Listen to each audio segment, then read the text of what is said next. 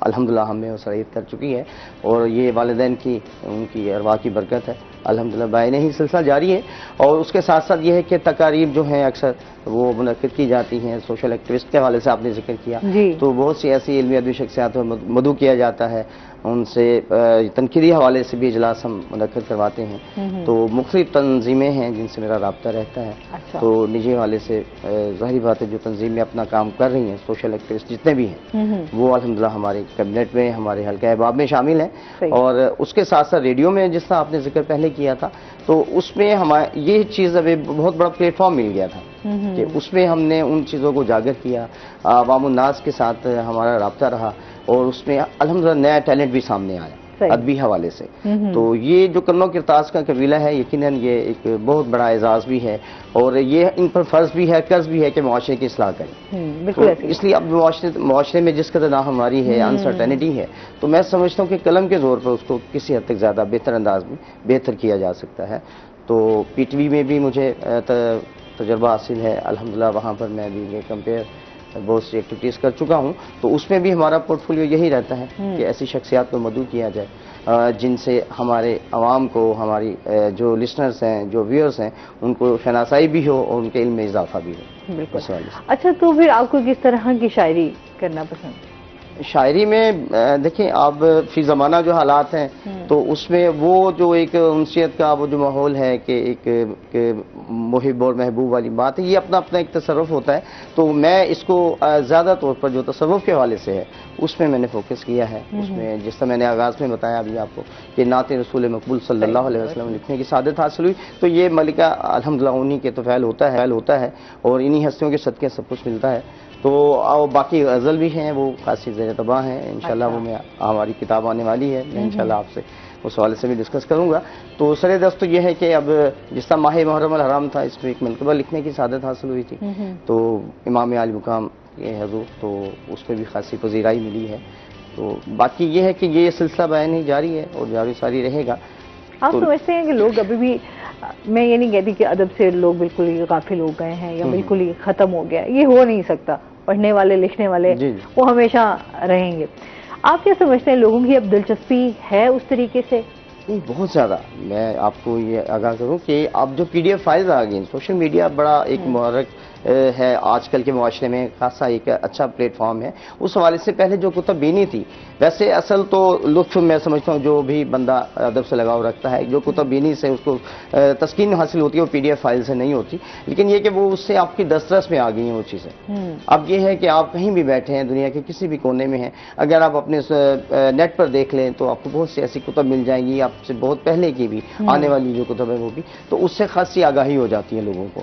تو یہ ایک بلیسنگ ہے، اس میں کوئی شک نہیں ہے۔ باقی ادب پہلا کرینہ ہے محبت کے کرینوں میں، بات تو وہی ہے کہ اگر ادب سے وابستگی انہی لوگوں کو ہوگی جو ادب شناس ہوں گے، جو ادب کرنا جانتے ہوں گے، تو موجودہ دور میں اس کی بہت ضرورت ہے۔ صحیح، کیا سنا رہے ہیں آپ ہمیں؟ جی، سب سے پہلے تو میں نے ابھی جیسے ذکر کیا والد گرامی کا، وہ ایک سچے عاشق رسول بھی تھے، اور اس کے علاوہ انہوں نے ملی نغمہ بھی لکھا، تو ان کی نعت رسول مقبول صلی اللہ علیہ وسلم جو والد گرامی نے کی، وہ میں پیش کرنے کی سعادت حاصل کروں گا آپ کی اجازت سے۔ ان کی صورت کو ہمیشہ روبرو رکھتا ہوں میں، ان کی صورت کو ہمیشہ روبرو رکھتا ہوں میں، مستقل کیفیت جام و سبو رکھتا ہوں میں، مستقل کیفیت جام و سبو رکھتا ہوں میں، جن کی خاطر کر دیا قربان ننگو نام کو، جن کی خاطر کر دیا قربان ننگو نام کو، انہی کا صدقہ ہے متاع آبرو رکھتا ہوں میں، انہی کا صدقہ ہے متاع آبرو رکھتا ہوں میں۔ یاس کی عطا گہرائیاں بھی دیتی ہیں نوید، یاس کی عطا گہرائیاں بھی دیتی ہیں نوید، مل ہی جائیں گے وہ جن کی آرزو رکھتا ہوں میں۔ اور مقطع جن کی نگہ لطف پہ قربان ہے کل عالم شمیم، جن کی نگہ لطف پہ قربان ہے کل عالم شمیم، دونوں عالم میں انہی کی آرزو رکھتا ہوں میں، ان کی صورت کو ہمیشہ روبرو رکھتا ہوں میں، مستقل کیفیت جام و سبو رکھتا ہوں میں۔ اور والد گرامی کے بعد میں ذکر کروں گا جو مجھے سعادت حاصل ہوئی، آپ کی اجازت سے وہ نعت رسول مقبول پیش کرنے کی سعادت حاصل کروں گا۔ تو ایسا کہ میرے اجداد ہوں قربان رسول عربی، میرے اجداد ہوں قربان رسول عربی، آپ رکھ لیجئے گا مان رسول عربی، یہ جہاں صدقہ نالین سے تابندہ ہے، یہ جہاں صدقہ نالین سے تابندہ ہے، دونوں عالم میں بڑی شان رسول عربی، ناتواں عمر میں جو مجھ کو ملا تیرے طفیل، ناتواں عمر میں جو مجھ کو ملا تیرے طفیل، میں ہوں شامل با غلامان رسول عربی، میں ہوں شامل با غلامان رسول عربی، اور زیست ناپید میں جب بھی ملے رنج و علم، صاحب زیست ناپید میں جب بھی ملے رنج و علم، تیری رحمت پہ ہے ایمان رسول عربی، تیری رحمت پہ ہے ایمان رسول عربی، اور مقتض ہے کہ زندگی جب بھی کبھی مجھ کو رلاتی ہے کمر، زندگی جب بھی کبھی مجھ کو رلاتی ہے کمر، خوف کیا میں ہوں ثنا خوان رسول عربی، خوف کیا میں ہوں ثنا خوان رسول عربی، میرے اجداد ہو قربان رسول عربی، آپ رکھ لیجئے گا مان رسول عربی۔ ماشاءاللہ، یہ سعادت حاصل ہوئی تھی جی۔ بہت اور شکریہ۔ باقی پاکستان کے حوالے سے جس طرح بھی ذکر کیا تھا والد گرامی کا، وہ نغمہ وہ میں پیش کرنے کی سعادت حاصل کروں گا۔ آپ فرماتے ہیں کہ یہ پاکستان میرا کتنا حسین ہے، یہ پاکستان میرا کتنا حسین ہے، یہ عرض پاک فردوس بری ہے، یہ گلشن پاک میری جانے جانا، یہ گلشن پاک میری جانے جانا، یہ رشک ذوفشاں اور مہجبی ہے، یہ رشک ذوفشاں اور مہجبی ہے، علم بردار امن و آشتی کا، علم بردار امن و آشتی کا، رگے باطل کو نیزے کی انی ہے، ہزاروں بہنوں بیٹیوں ماؤں نے، ہزاروں بہنوں بیٹیوں ماؤں نے لہو سے سینچی اس کی سرزمین ہے، لہو سے سینچی اس کی سرزمین ہے، رہے گا ذوفشاں یہ چاند تارا، رہے گا ذوفشاں یہ چاند تارا، میرا حق الیقین عین الیقین ہے، میرا حق الیقین عین الیقین ہے، اور محمد اور علی کا ہے یہ اعجاز، محمد اور علی کا ہے یہ اعجاز، ردائے پنجتن اس پر تنی ہے، ردائے پنجتن اس پر تنی ہے، نسیم صبح میں ہے رعنائی اس سے، نصیب صبح میں ہے رعنائی اس میں، شمیم گل میں مہک عنبری ہے، یہ پاکستان میرا کتنا حسین ہے، یہ عرض پاک فردوس بری ہے۔ یہ والد گرامی نے ملی نغمہ لکھا، اور یقیناً ایک سچے عاشق رسول اور محب وطن تھے، جس طرح میں نے پہلے گزارش کی۔ یہ انہی کا خاصہ ہے جی، جو ہمیں یہ توفیقات ملی ہیں، اور ان کی ارواح کے طفیل ہے، اللہ پاک ان کو مزید درجات ان کے بلند کرے۔ آمین آمین۔ اچھا، واپس آتے ہیں عبدالقوی صاحب کی طرف بھی۔ اچھا قوی صاحب، زندگی کے بڑے آپ نے مشکل مراحل بھی دیکھے ہیں، بہت سارے ایسے واقعات بھی آپ کی زندگی میں ایسے ہوئے، بڑا آپ نے ان کو فیس کیا، کیا کہنا چاہیں گے اس بارے میں؟ دیکھیں جی، میں ایک بات کہتا ہوں، میں انتہائی خطا کار ہوں، گناہ گار ہوں۔ پہلے تو ایک بات ہمارے ذہن میں رہنی چاہیے، ہم اگر سیاست کی طرف دیکھیں گے نا، تو ہم یہ چاہیں گے کہ ہمارا جو حکمران ہے نا، وہ بالکل حضرت سیدنا فاروق اعظم والا اس کے اندر عدل ہو، سیدنا علی المرتضیٰ والی اس کے اندر حکمت ہو۔ بات یہ ہے کہ یہ 21ویں صدی ہے، ہم اس بات کو ذہن میں رکھیں کہ عالم سے بھی غلطی ہو سکتی ہے، صرف اللہ کا نبی ہے جو معصوم ہوتا ہے۔ بالکل ہے۔ مفتی عبدالقوی کے اندر بھی غلطی ہو سکتی ہے، خطا ہو سکتی ہے، چھوٹی گناہ بھی ہو سکتا ہے، بڑا گناہ بھی ہو سکتا ہے، یہ اس کا معاملہ اللہ کے ساتھ ہے۔ ہمیں دیکھنا یہ چاہیے کہ کیا حقوق العباد کے حوالے سے مفتی عبدالقوی کی زندگی کیسی ہے۔ الحمدللہ میں آپ کے سامنے بیٹھا ہوں، میں بڑے فخر سے کہہ سکتا ہوں کہ 1982 سے لے کے اب تک میں بادشاہوں کا مہمان بھی رہا، اس کے ساتھ جناب میں پاکستان کے بھی مختلف عہدوں پر رہا، لیکن 1 روپے کی کرپشن کو میں اپنے لیے اسی طرح حرام سمجھتا تھا جس طرح کہ میں نے باقی چیزوں کو جس کو اللہ رسول نے حرام کیا حرام سمجھتا ہوں۔ اگر میری زندگی کے اندر ایک ہاتھ دوسرا حادثہ ہوا، 2 ہی حادثے ہوئے نا، اور ہوئے بھی اس طریقے کے اوپر کہ آدمی دیکھ سکتا ہے کہ اس حادثے کے اندر مفتی عبدالقوی کتنا ملوث ہے، اور جو کرنے والے ہیں میرے ساتھ ایک معاملہ، ان کے اندر ان کی جناب کتنی ہے غلطی، اور ان کے اندر کتنا ان کا فساد ہے، اور کتنا وہ لوگ ملوث ہیں۔ تو میں یہ سمجھتا ہوں کہ آدمی کو بڑی دلیری کے ساتھ، میرے نبی رحمت کی سیرت پاک میں غزوہ بدر بھی ہے، غزوہ احد بھی ہے۔ معنی یہ ہے کہ انسان کی زندگی کے اندر رحمتیں بھی ہیں، آزمائش بھی ہے۔ علی پاک کو دیکھیں، آپ کے ایک قدم اطہر سے خیبر کا قلعہ فتح ہو رہا ہے، وہی علی پاک ہے کہ مسجد کے اندر آپ کو شہید بھی کیا جا رہا ہے۔ میرے نبی رحمت غزوہ حنین کے اندر ایک ہی مٹھی سے تمام جنگ کا نقشہ بدل دیتے ہیں، اور اللہ تبارک و تعالیٰ غزوہ حنین میں تاریخی فتح عطا فرماتے ہیں۔ وہی محمد الرسول اللہ، وہی محمد الرسول اللہ صلی اللہ علیہ وسلم کہ جب طائف میں جاتے ہیں تو دندان مبارک بھی شہید ہے۔ تو معنی یہ ہے کہ میرے اوپر جب بھی کوئی آزمائش آئی تو میں نے دو کام کیے۔ پہلا کام تو یہ کیا کہ اپنا رابطہ اللہ کی طرف بڑھایا، اور ان دنوں کے اندر میں نے کوشش کی کہ تہجد کے نوافل میرے قضا نہ ہوں، کیونکہ اللہ ہی سب کچھ کرنے والا ہے۔ اور میں بالکل حقیقت میں آپ کے پروگرام کے توسط سے کہہ رہا ہوں کہ میں یہ کہوں کہ میری غلطی نہیں ہے، میں ان لوگوں میں سے نہیں ہوں، اس میں میری غلطی ہے۔ میری غلطی یہ ہو سکتی ہے کہ میں چونکہ سرائکی خطے سے ہوں، ہم پیار والے لوگ ہیں، پھر جو ہمارے ساتھ سرائکی بولے ہم اس کے لیے مزید فارش راہ بن جاتے ہیں۔ میں خانقائی آدمی ہوں، ہمارے دل کے اندر احترام انسانیت ہوتا ہے، اکرام مسلم ہوتا ہے۔ میرے اندر یہ غلطی ہے کہ میں نے ہر آنے والی محترمہ کو یہ سمجھایا کہ یہ پاک دل کے ساتھ آ رہی ہے، ذہن اس کا صاف ہے، میں کسی کے جناب اس کے اندر شکار میں نہیں ہوں گا۔ میرے اندر جناب یہ ساری غلطیاں میرے اندر ہیں، مجھے ان چیزوں سے دور رہنا چاہیے تھا، لیکن الحمدللہ میرا دل اس پر مطمئن تھا کہ میں سمجھتا تھا کہ اس کے اندر میری غلطی اس حد تک نہیں ہے کہ جو قابل معافی نہ ہو۔ یہ میں بڑا تاریخی جملہ کہہ رہا ہوں، یعنی ہے میری غلطی اور ایسی غلطی ہے جو قابل معافی ہے۔ میں نے کوئی ایسا خدا نہ خواستہ جرم نہیں کیا، نہ میں نے آج تک کسی کا دل دکھایا ہے۔ آپ خود چلے جائیں جناب، میرا نام لکھ کے مفتی عبدالقوی، اس کے اوپر مستقل بحث ہوگی کہ مفتی عبدالقوی کا مسلک کیا ہے۔ یعنی آج تک مانا یہ ہوا کہ میں نے زبان سے کوئی ایسی گفتگو نہیں کی جس سے پتہ چلے کہ میں فلاں مسلک کا ہوں یا فلاں فرقے سے ہوں۔ اسی طریقے کے اوپر بہرحال میں سے جو ایک دو واقعات کے اندر معاملہ ہوا، لیکن آپ اس بات پہ خوش ہوں گے کہ اب تازہ ترین میں سفر کر کے آؤں، 10 دن کا میرا سفر تھا، 24 دن ہو گئے۔ جس طریقے پہ مجھے لوگوں نے وہاں ویلکم کیا، جس طرح جناب خوش آمدید کہا، جس طرح دعا کے اپنی دکانوں کا کاروبار کا افتتاح کے لیے کہا کہ مفتی صاحب تشریف لے آئے، اور اسی طریقے میں جرأت کے ساتھ کہتا ہوں میں گھبرانے والا نہیں ہوں، اسی طرح میں ریسٹورینٹس میں بھی گیا، کیفے میں بھی گیا، دوستوں نے کلب کے اندر گیا تو وہاں کلب کے اندر بھی میں گیا، کیونکہ پوری چیزوں کو انسان کو دیکھنا چاہیے کہ اس وقت زندگی کے اندر کیا ہو رہا ہے۔ اب اگر کوئی مجھ سے پوچھے جی کلب کے اندر جناب فلاں چیز کے بارے میں آپ بتائیں کہ شریعت کے کہاں تک معاملات ایسے ہیں جو درست ہیں، کہاں ہیں جہاں غلط ہے، میں چونکہ دیکھ کے آیا ہوں تو اس لیے میں بتا سکتا ہوں۔ تو بہرحال یہ ایک میری سوچ ہے۔ تو اس کے باوجود بھی میں کہہ رہا ہوں کہ اگر میں کلب میں اندر گیا ہوں تو میں نے اس دن تہجد کے نوافل بھی پڑھی ہیں، اللہ سے معافی بھی مانگی ہے۔ تو سب سے بڑی خوبی جو مفتی عبدالقوی کی ہے، میں خواتین سے پوچھتا تھا کہ آپ کو جو مجھ سے عقیدت و محبت ہے اس کی وجہ، تو میں ان کو پھر مسکرا کے کہتا تھا کہ ایک تو میری زبان میٹھی ہے، جب میٹھی زبان سے میں بات کرتا ہوں، دوسرا یہ ہے کہ خواتین کے حقوق ٹیلی ویژن کے اندر اور کتاب و تصنیف کے ذریعے مجھے بتائیں کہ آج کس زمانے کے اندر کس عالم نے یہ کتاب لکھی ہے کہ کیفیات جن میں طلاق واقع نہیں ہوتی۔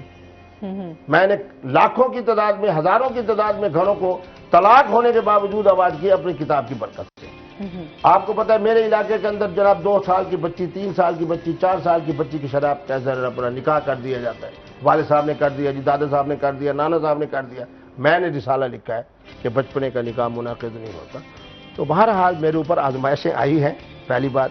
دوسرے نمبر پہ میں خطا کار ہوں، گناہ گار ہوں، ایک کلمہ گو مسلمان ہوں، اس مقام پہ نہیں ہوں کہ فرشتے جناب میری ہر گناہ سے جناب حفاظت کریں، اس پر میں اللہ کی طرف رجوع کیا ہے۔ اس بات میں فخر کے ساتھ پوری قوم کو یہ بات آپ کے توسط سے کہہ سکتا ہوں کہ آج تک پیسے کے حوالے سے اتنی مدت اقتدار میں رہنے کے باوجود، یہ تو ہو گئی قوی صاحب آپ کی کہ کوئی آپ کے اوپر پیسوں کا، کرپشن کا کچھ بھی، ہم یہ بات تو کر ہی نہیں رہے جی ہم یہ کہہ رہے ہیں اچھا جو واقعات ہوئے آپ کے ساتھ، پہلا واقعہ ہوا قندیل بلوچ والا، پھر آپ کے ساتھ حریم والا ہو گیا، آپ مطلب گھر والوں کا کیا ری ایکشن تھا؟ ظاہر سی بات ہے گھر والوں کے لیے بھی ایک آپ کے تو پر جو گزر رہی ہوتی ہے، لوگ بھی آپ کے اوپر ری ایکشن اس کے دے رہتے ہیں، گھر والوں کا بھی اپنا ایک، آپ کا جس طرح مذہبی گھر آنا ہے، ساری چیزیں ہیں، گھر والوں کو کیا ری ایکشن تھا، کس طرح فیس کیا؟ اس پر اللہ کا بڑا فضل یہ ہوا کہ پہلا واقعہ جو قندیل صاحبہ کا ہوا وہ ماہ رمضان تھا۔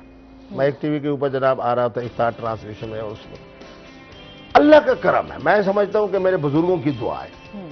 جیسے ہی میں جہاز سے کراچی سے ملتان ایئرپورٹ پہ اترا تو آگے بہت ساری الیکٹرانک میڈیا کے جناب آئے ہوئے تھے دوست احباب۔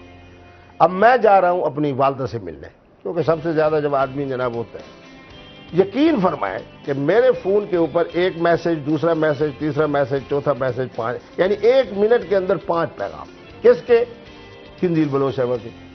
اور پیغام کا خلاصہ کیا ہے کہ مجھ سے غلطی ہوئی ہے، میں آپ سے معافی مانگتی ہوں، میں نے انتہائی حماقت کی ہے، آپ مجھے معاف کر دیں گے۔ یقین فرمائے جب انہی پیغامات کو لے کر میں اب گھر میں گیا، اہلیہ بھی بیٹھے ہیں، سارے گھر والے اکٹھے ہیں، ایک لحاظ سے میں یہ کہوں گا کہ گھر کا ماحول کے اندر ایک بڑا غم کا ماحول ہے، تو میں نے ان کو جب پڑھ کے سنایا تو پہلے تو اس سے میری عزت بن گئی گھر میں۔ پھر اس کے بعد یہ ہوا کہ ماہ رمضان تھا تو نماز مغرب کے وقت میں پہنچا تھا، تو اب تراویح کا ٹائم تھا، اب میرے اس میں اہل محلہ بھی آتے ہیں، اہل علاقے بھی آتے ہیں، الحمدللہ جمعہ بھی ہو ہمارا یہ رمضان بھی ہو، تو میں نے دیکھا کہ آنے والے اسی طریقے پہ مجھ سے محبت سے مل رہے ہیں، پیار سے مل رہے ہیں، اور اگر کسی محلے والے نے بات بھی کی ہے تو یہ کیا ہے جی مفتی صاحب آپ کے ساتھ بڑی زیادتی ہوئی ہے، ہم آپ کو دیکھ رہے تھے، آپ افطار ٹرانسمیشن میں آ رہے ہیں ساری میں۔ وہ معاملہ ہوا یہ، اللہ خیر ہوگا، 28 دنوں کے بعد وہ بیچاری دنیا سے چلی گئی۔ اللہ تبارک و تعالی ہی انتقام لینے والے ہیں، میں اس کے بارے میں آج بھی کہہ رہا ہوں کہ وہ شہید ہوئی ہے بیچارے، اور اس کو حقیقی بھائی نے جس طرح قتل کیا ہے وہ شہادت ہے۔ اس واقعے سے یہ ہوا، آپ خوش ہوں گے، سننے والے بھی خوش ہوں گے، لوگوں نے کہا کہ یار مفتی عبدالقوی، ساری سریک کی چادر مفتی عبدالقوی سے سیبا تر رہے، یعنی معنی یہ ہوا کہ مفتی عبدالقوی چاہے خطا کار بھی ہو لیکن اس کے والد اور دادا اور پردادا اور جو بزرگ ہے نا ان کا پیچھے، وہ ایسا تر ہے کہ دیکھو 28 دن کے بعد اپنے حقیقی بھائی کے ہاتھ جناب شہید ہو گئی۔ یہ جو حریم والا واقعہ ہوا تھا نا، یہ اس سے زیادہ خوفناک تھا۔ کیوں؟ اس لیے کہ اس نے جس انداز کے ساتھ میری گفتگو سنا دی، اس کے ساتھ جناب ادھر کی بات ادھر کی بات کو ساتھ شامل، ویڈیو کال آ گئی، یہ شامل ہو گیا، پھر آ کے جناب وہ جس بچی نے آ کے جو ہاتھ پھیرا اس کا نام عائشہ تھا، وہ جناب ویڈیو آ گئی، اور اس کے اوپر ادھر بھی بہت زیادہ مچا، کئی دنوں تک جناب یہ سلسلہ چلتا رہا، سوشل میڈیا پر بھی ہوا۔ اس پر جب میں گھر میں آیا تو یہ طے ہوا کہ آپ کچھ مدت کے لیے بالکل بچوں کے ساتھ یعنی مقصد یہ ہے کہ خلوت کی زندگی گزارے، اور اس کے اندر یہ ہے کہ مسجد مدرسہ گھر، مسجد مدرسہ گھر، اور جو مریدین کے جو جلسے وغیرہ اس میں جائیں، باقی الیکٹرانک میڈیا سے لوگوں سے دور ہیں۔ وہ تقریباً آپ خوش ہوں گے کہ میں شاید 2 یا 2.5 مہینے رہا، لیکن روزانہ میرے پاس آنے والے جو عدالتی فیصلے، اب جو بچپنے کا نکاح ہے اس کو کون سے مفتی صاحب ختم کریں؟ وہ تو قبلہ مفتی عبدالقوی صاحب ختم کر سکتے ہیں۔ 3 طلاقوں والوں کے گھر کو کون آباد کرے؟ وہ مفتی عبدالقوی صاحب کر سکتے ہیں۔ وہ 2.5-3 مہینے خلوت میں رہنے کے مجھے 2 فائدے ہوئے، ایک تو وہ میرے نواسے اور بچوں کے ساتھ ایک میری محبت ہو گئی، زیادہ ہو گیا، اور میری بچے کہنے لگے جی اتنا پیار تو آج تک آپ نے نہیں دیا جتنا بچوں کو دے رہے ہیں۔ پہلے وہ آپ کو فائدہ ہو گیا کہ گھر والوں کے ساتھ آپ کی جو ایک خلا تھا نا بڑے عرصے سے، اور مجھے وہ گھر کا ایک ماحول کی لذت بھی محسوس ہوئی۔ پھر میں نے علمی طور پہ جو 2 کام کیے جو میں رسالے بتا رہا ہوں، تو اس پہ بڑا الحمدللہ ہوا۔ پھر الحمدللہ میں نے جب دیکھا کہ آہستہ آہستہ میں نے لوگوں کے ہاں اٹھنا بیٹھنا شروع کیا ہے، اور لوگوں کو بھی پتہ چل گیا ہے کہ یار مفتی صاحب کے ساتھ دیکھیں نا، اب میرے مفتی صاحب غلط نہیں ہے، مفتی صاحب کے ساتھ ظلم ہوا ہے۔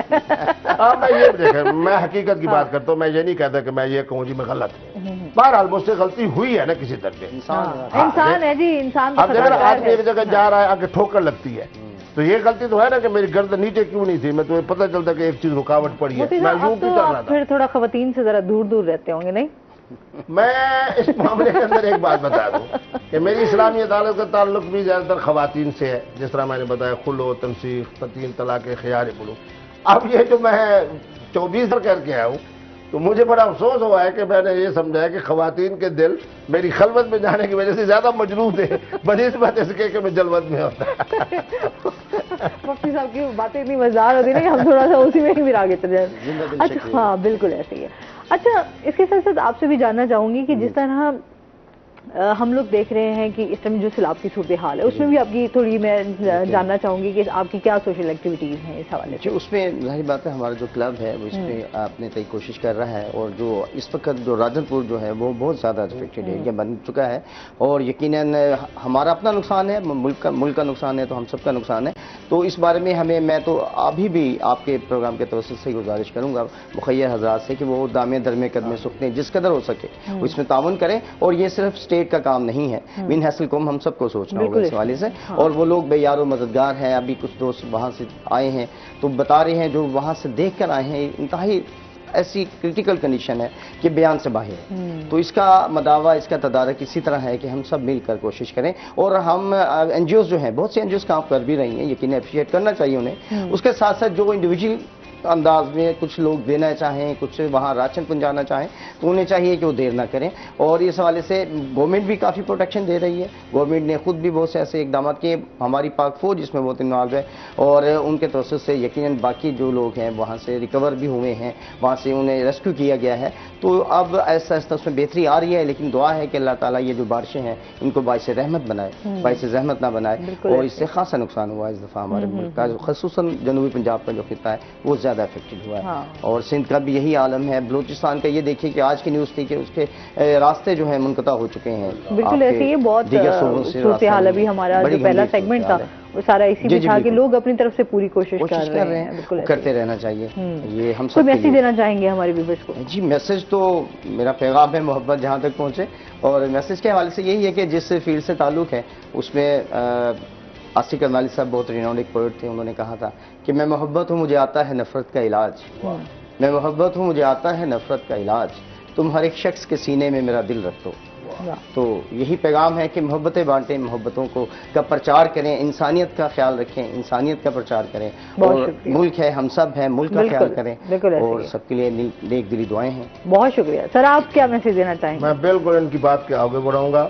میں تمام دیکھنے والوں کو یہ بات کہوں گا کہ اپنی کھوپڑی کو مثبت بنائیں. محبت اور ہمارا انداز فکر اگر مثبت ہو جائے تو ہم ہر طرح کی سازش سے بچ سکتے ہیں. میں سننے والوں کو یہی کہوں گا کہ ایک تو آخر کے اندر اس جملے کے ساتھ، اس دعا کے ساتھ کہ اللہ تبارک و تعالیٰ اس باران رحمت کو رحمت بنائے. جن بیچارے دنیا سے چلے گئے ہیں اللہ تبارک و تعالیٰ انہیں اعلیٰ مقامات عطا فرمائے. جو بیچارے لوگ پیچھے رہ گئے ان کے اوپر اللہ صبر کا موقع عطا فرمائے. اور ان بارشوں کی وجہ سے جو نقصان ہوا ہے، اور اس بات میں فخر کرتا ہوں کہ میرے اہل ثروت اور اہل تجارت جو ہے وہ یقیناً اپنا کردار ادا کریں گے اور حکومتیں بھی ادا کریں گے. بہت شکریہ مفتی عبدالقویس صاحب، آپ کو بہت شکریہ. قمر صاحب آپ کا بہت شکریہ. اس کے ساتھ ہی ناظرین آج کا پروگرام یہیں پہ ختم ہوا. اپنا بہت سارا خیال رکھیے گا، دعاؤں میں یاد رکھیے گا. انشاءاللہ زندگی نے ساتھ دیا تو صبح آپ سے پھر ملاقات ہوگی. اللہ حافظ.